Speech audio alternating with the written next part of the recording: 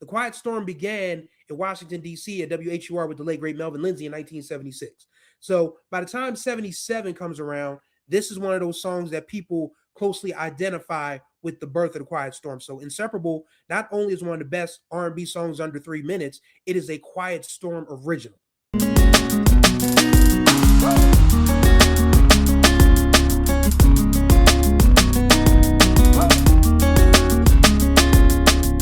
Everybody, you're right on time for another ride on the Groove Line with your host, Chris Stevens. Hopefully you all are doing well out there. This is our first new episode in a while because, well, your boy was down bad sick with a cold. And even though you guys can't catch it through the computer screen, I sounded horrible. I looked horrible, but I'm back.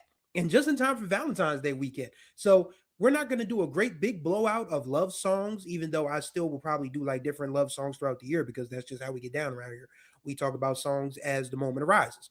But one song I did want to talk about is going to be celebrating its 50th anniversary this weekend of being the number one R&B song in the country. And fittingly enough, that song is Inseparable by the late great Miss Natalie Cole. This is it's the title track from her debut album, which came out in the spring of 1975. And there's a very interesting story about how her solo career got started because as everybody knows, Natalie Cole was the daughter of the late great Nat King Cole. Chestnuts roasting on an open fire. He has the best version of the Christmas song, no doubt about it. But he died in 1965. I think it was of either lung or throat cancer. And Natalie had just kind of like drifted through school. You know, she had gone to private school. She finished. She went to UMass, went to USC, went back to UMass to finish up. And then she decided she wanted to, start her own career. So she formed a local band. She started singing, and nobody was biting because, well, they wanted Natalie Cole to sing like her dad. And Nat King Cole sang jazz stuff. But Natalie Cole was inspired by Janis Joplin and different folks like that. She wanted to be a screamer kind of singer. So enter a songwriting duo from the Chicago area named Chuck Jackson and Marvin Yancey. Chuck Jackson is a distant relation to the Reverend Jesse Jackson. And of course, Marvin Yancey would become Natalie's husband and father of her son. But these dudes were shopping songs around that Aretha Franklin passed on. So they meet Natalie and they're like, hey, why don't we record these together and see what can come out of it? And Capitol Records, which was where Nat King Cole originally got his start, had a new label executive by the name of Larkin Arnold, one of the most influential black music executives of all time. And he's, I'll never forget when he signed the Silvers, he said on Unsung, I was looking for a brand new, fresh roster of young people. And what better younger person to get than the daughter of Nat King Cole?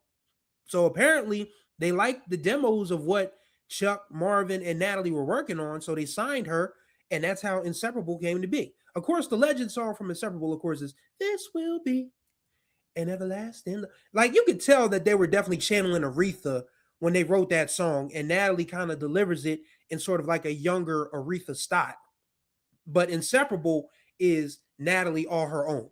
Like, I don't think I could hear Aretha Franklin singing Inseparable, but Natalie Cole singing Inseparable, that is her baby. That is her song. And it's only 2 minutes and 27 seconds long. Probably one of the greatest. Matter of fact, I will go on record as saying Inseparable, the single, is probably one of the top 10 R&B songs under 3 minutes ever recorded. It's really not that much to get. I mean, you got this beautiful, piano. You got these strings. Dun, dun, dun, dun, dun, dun, dun. That would eventually be sampled by Lloyd Banks for Karma. A little bit of hip-hop history for y'all right there. I am the one you didn't remember that song with Devon? Yeah, that song samples Inseparable. But yeah, there's the piano, there's a bass that you can barely notice, some sparse little guitar twangs, the horns and the strings.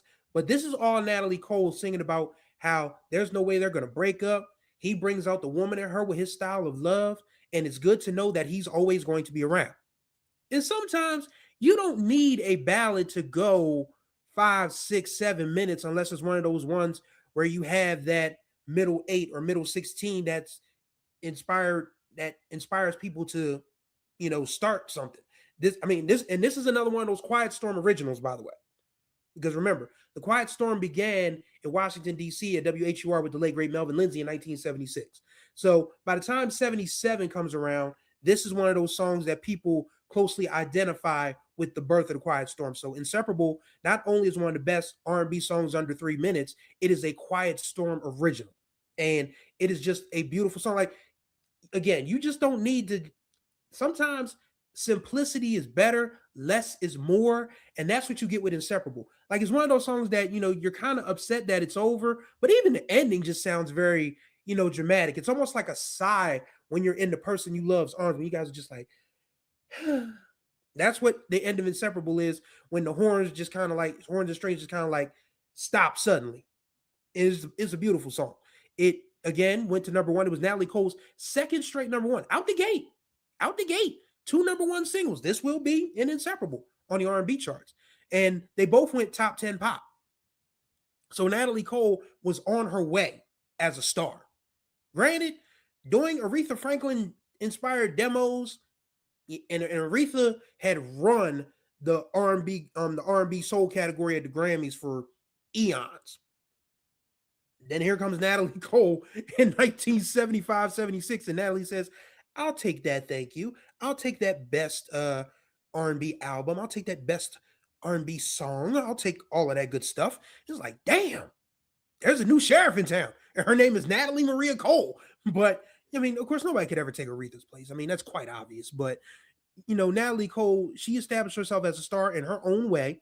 And we'll probably get more into Natalie Cole this year, because this is also the 50th anniversary of the Natalie album, where she continued to shine with some songs and, performances that we'll talk about a little later on down the line when we get to that album's 50th anniversary.